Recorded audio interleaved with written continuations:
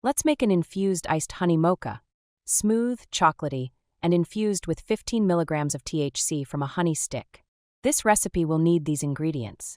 1 THC honey stick, a quarter cup of cold brew coffee concentrate, half a cup of Fairlife chocolate milk, half a cup of ice cubes. Start by squeezing 1 THC infused honey stick into a cocktail shaker. Add a quarter cup of cold brew coffee and stir until the honey is fully dissolved.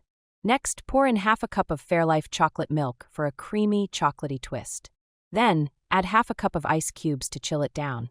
Shake vigorously for a few seconds, then pour over fresh ice for that perfect, smooth iced mocha. For extra sweetness, drizzle a little more THC honey on top, then give it a stir. Smooth, chocolatey, and infused to perfection. Try this recipe at home and tag us. Follow Make Stix for more infused honey stick recipes.